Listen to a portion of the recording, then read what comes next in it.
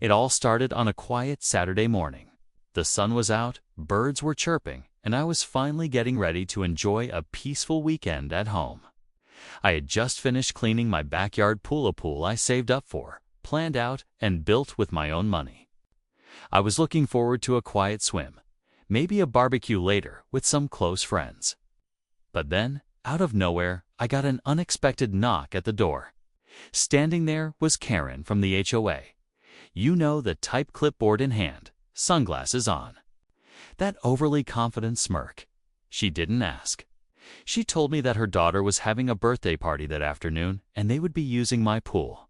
Just like that. No request, no warning, no permission. At first, I thought she was joking. But she was dead serious. She even went as far as saying that as an HOA board member, she had the right to access shared amenities, which, by the way, my private pool is not. I politely told her no, which didn't go over well. She stormed off, furious, and just. When I thought that was the end of it, I started noticing strangers setting up in my yard later that day. Tables, balloons, a bounce house, music speakers, all without my permission. That's when I made a choice. Maybe it was petty. Maybe it was bold. But it was my property, and I wasn't about to be walked over. So I turned off the filtration system, pulled the plug, and started draining the pool. Fast Karen showed up minutes later, absolutely losing it. And that's when things really took a turn, because she didn't just yell. She called the cops. What happened next left everyone stunned. And it definitely didn't go the way she planned. The moment Karen dialed the cops, I stood there in disbelief, watching her wave her phone around like she had just uncovered some massive neighborhood scandal. Meanwhile, her party guests, most of whom I had never seen before, were wandering into my yard like it was some public park. Kids were already near the edge of the pool, confused by the rapidly lowering waterline. And a couple of adults actually asked me if I could pause the draining, so they could get their kids in before the party started. I didn't even know how to respond to that. My name was on the deed. My bills paid for every drop of water in that pool. And somehow, I was the bad guy. Karen kept shouting loud enough for the entire block to hear, claiming I was ruining a child's birthday and creating a hostile environment for the community. But what she conveniently left out was that she never had permission in the first place. She never even gave me a heads up. It was as if my backyard had been penciled into her plans weeks ago, and I was just supposed to fall in line. Now, here's where it gets even weirder. A couple of neighbors walked over, clearly curious. I overheard one whispering that Karen had told people this was a community celebration and the HOA had approved the location. That was news to me. Our HOA never sent any notices or emails about a neighborhood party, let alone one hosted at my house. And as far as I knew, the HOA didn't have the authority to randomly claim people's private property. As the sirens started growing louder, I couldn't help but wonder what exactly had Karen told the police? And more importantly, was this about a party?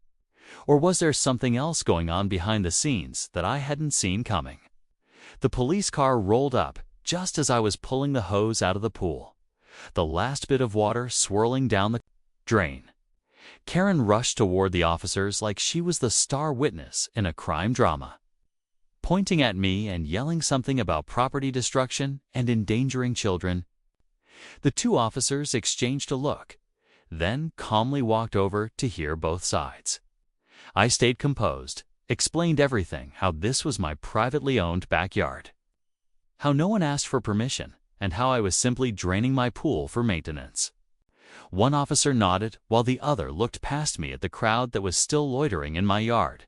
Karen tried to twist it, saying I had lured the neighborhood into thinking the pool was available and then sabotaged the party on purpose.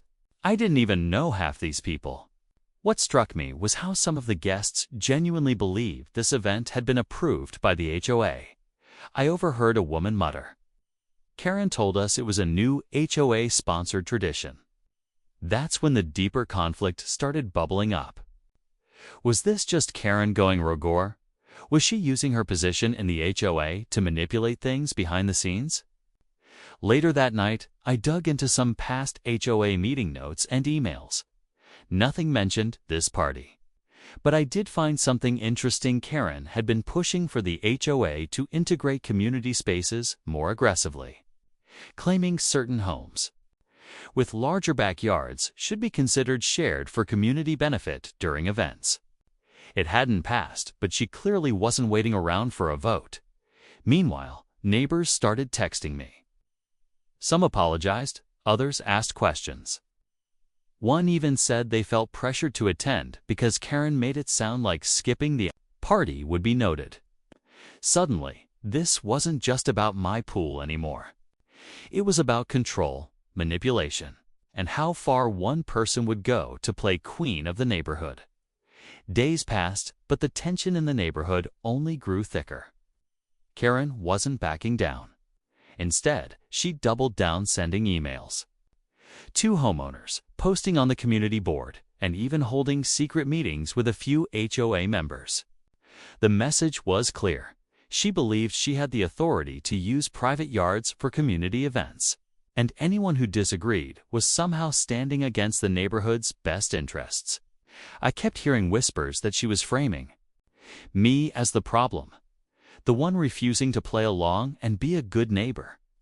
Meanwhile, the pool remained empty, a glaring symbol of the fight unfolding right on my property. The strange part was how the other neighbors seemed torn. Some supported me quietly, worried about the idea of their own spaces being taken over without permission. Others, maybe scared or swayed by Karen's influence, sided with her, calling me selfish and uncooperative. It felt like the entire community was divided, all because of one pool and one woman's relentless push for control. Then came the day the HOA held a special meeting, one that I wasn't officially invited to but heard about through the grapevine. Karen was set to propose new rules about shared use of private property during HOA events.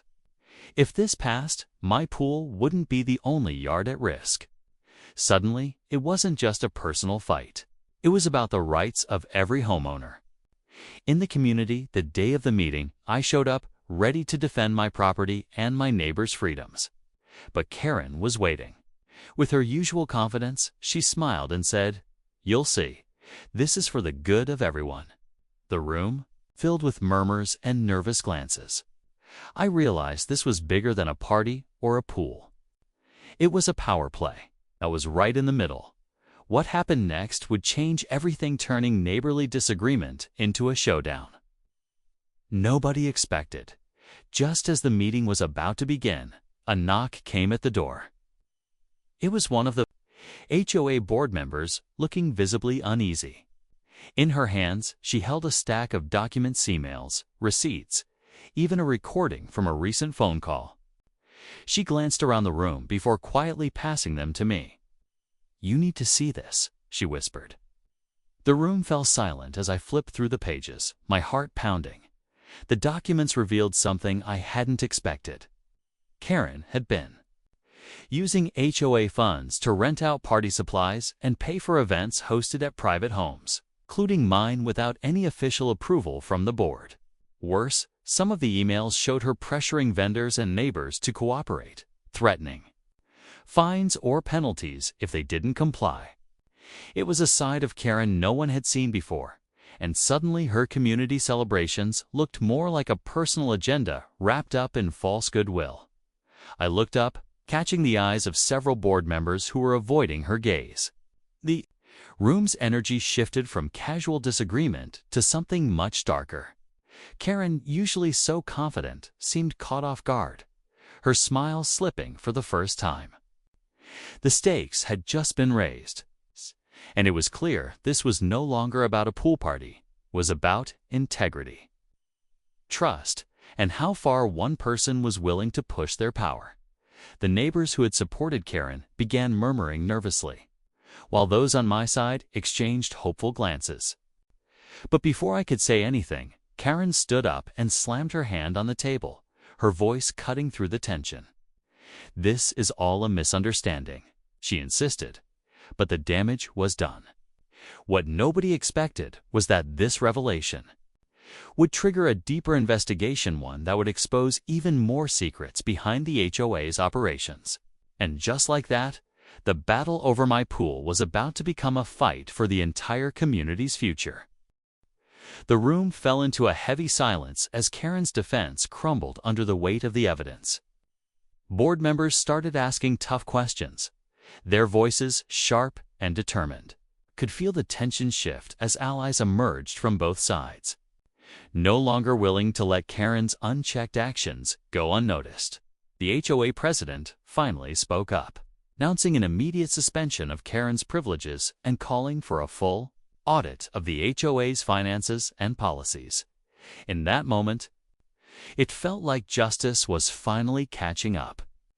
The community breathed a collective sigh of relief, and I watched as neighbors who had been hesitant before started coming forward with their own story tales of similar pressure, unexpected fines, and parties that were less community events, and more Karen's personal projects. But just as I thought the storm was settling, the unexpected happened. Karen, with a cold smile, pulled out a thick envelope from her bag. She slammed it on the table, her voice low but fierce. "Before you celebrate, you should know I've already filed a lawsuit against this HOA and against you personally for damages related to the pool incident." The room gasped. I froze, realizing this fight wasn't over yet. The draining of the pool, the party, the police call it, all had legal consequences that I hadn't fully anticipated. Karen's move was bold, maybe desperate, but it was clear she wasn't ready to go quietly. What started as a simple boundary dispute had exploded into a full-blown battle for control, reputation, and property rights. And as I looked around, I knew one thing for sure. This wasn't just about a pool anymore. It was about standing up for what's right, no matter the cost. The community was watching, the HOA was divided, and my next moves would decide how this story ends. But for now, the tension remains, waiting for the next chapter to unfold. The lawsuit threat hit like a shockwave. But I refused to back down. Instead, I gathered my own evidence, emails, witness statements from neighbors, and photos of the party set up without my consent. I reached out to a local attorney who specialized in HOA disputes, and together we prepared a strong defense. The community support made a huge difference. Neighbors came forward with their stories, backing me up and exposing the pattern of overreach. Over the next few weeks, the HOA launched a full investigation into Karen's actions. The audit revealed misused funds and unauthorized decisions that went far beyond just the party. The board voted to remove Karen from her position permanently, and stricter rules were put in place to protect homeowners' private property rights. The atmosphere in the neighborhood shifted. People started feeling safer, more respected, and less controlled by one person's agenda. As for me, the pool was repaired and refilled. But more importantly, I felt a renewed sense of ownership and peace. This wasn't just about a backyard swimming pool anymore. It became a symbol of standing up for your rights, defending your property, and the power of community when it comes together. The experience taught me that boundaries aren't just physical lines, they're about respect, trust, and fairness. Karen's lawsuit was eventually dropped, likely because the HOA's own findings made her case weak. What started as a petty dispute turned into a lesson for the whole neighborhood. No one can claim your property without your permission, and standing up for yourself is not only your right but necessary. In the end, the fight over the pool became a story about community, justice, and resilience. It reminded everyone that sometimes the smallest things, like a backyard pool, can become the biggest battlegrounds for fairness and respect. And that's a lesson worth sharing.